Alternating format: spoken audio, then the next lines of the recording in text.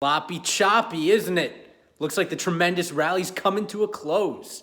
And honestly, I'm happy about that. We've rallied too hard. I've been calling for us to flatten out, and we never flattened out. We're just getting closer and closer to the all-time highs. It's getting a little too ridiculous. There's a whole lot of jobs lost, a lot of economic damage, and no buybacks. Most importantly, no buybacks. The world is changing. Some companies are not going to come out of this on the other side as well. Some companies are going to be stronger. So what does the other side look like? What's kind of happening in the short term, and what do we got to expect?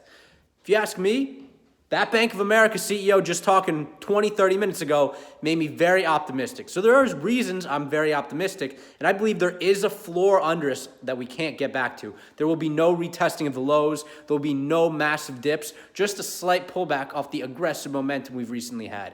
He came out and said, we saw a decline and a flattening, not a decline, a flattening of consumer spending, back to what it was this time last year. Nothing too crazy, but not the growth that we had been seeing. We were off that trajectory.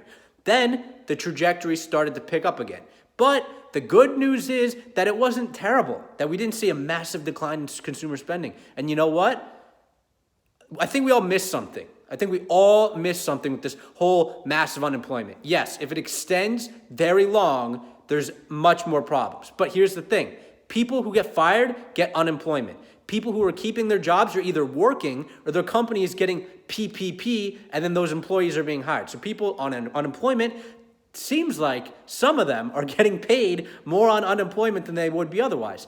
That said, people are also spending a lot less money. We're in quarantine, people. People aren't paying for gas. They're not going out to restaurants. All that money is just being saved and piled up. And we're having record savings rates right now. I heard 13% was a number floating out there. You know, half of Americans don't have more than $500 in savings. Save, people. Don't just save. Don't just let your money sit there. Put it to work. That's how people get rich. So, seems like there might be some positives economically, believe it or not, out of this quarantine. If we can get through it quick, if we can get back to work quickly, if restaurants can open up and hire those unemployed people. Because while people are on unemployment, and that is a benefit that is guaranteed to people who get fired, laid off, whatever, it's only temporary. I believe it's 6 weeks. I'm not 100% sure on that, but I believe it's 6 weeks. This is all kind of just new developments that's coming to my head right now. So 6 weeks, we're still, for a lot of people, still in that time frame. It looks like we've had 4 weeks since the initial wave. Then weeks 2 and 3 of those 4 weeks were bad, and then week 4 was a little bit less bad, but still pretty bad. So looks like May 15th is the New York day. I'm hoping we get solid back to work, back to economy, turning on and getting to summer vibes plan. I hope that becomes the norm across the rest of the country, in states like California and Florida. The cases are starting to level off, but the thing that has me the most optimistic, and I was calling out this remdesivir drug last week. I was like, is it really going to work? Whatever, China says it's not going to work. Well, I stand corrected. It works. Okay, Fauci came out and said it works. They've been testing it. It works. So it's not the end-all, be-all. It's not the absolute cure, but it removes a particular enzyme effect on people. And that's the beginning of a cocktail. Think of it like a drink with different, like a Long Island iced tea. You got a bunch of different alcohols. This is the vodka of the cocktail. Then we're going to add some rum, some whatever on top of that, and make the perfect cocktail to deal with coronavirus. And ultimately, the most important thing is the treatment, okay?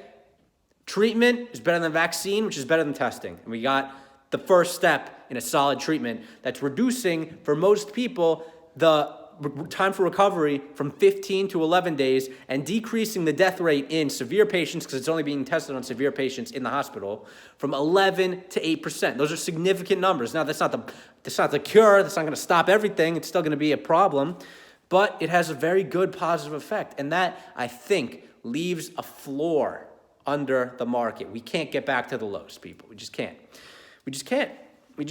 So hopefully we will get back to work, get the economy back on.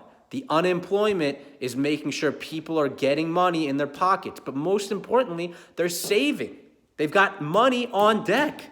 which leads me to believe that there's a lot of pent-up demand, and we've got summer coming. So there's going to be a lot of good vibes, a lot of happiness, a lot of going out, a lot of rebound off the coronavirus. I'm a long-term USA America bull, and I'm happy and excited to see what's going to happen after this. That said, I'm not trying to say the market should go higher. We should get back to all-time highs. No, I like what's happening right now. I like this pullback. It was a little too aggressive today. Felt a little bit more like panic. Like people were like, oh shit, we just rallied so much.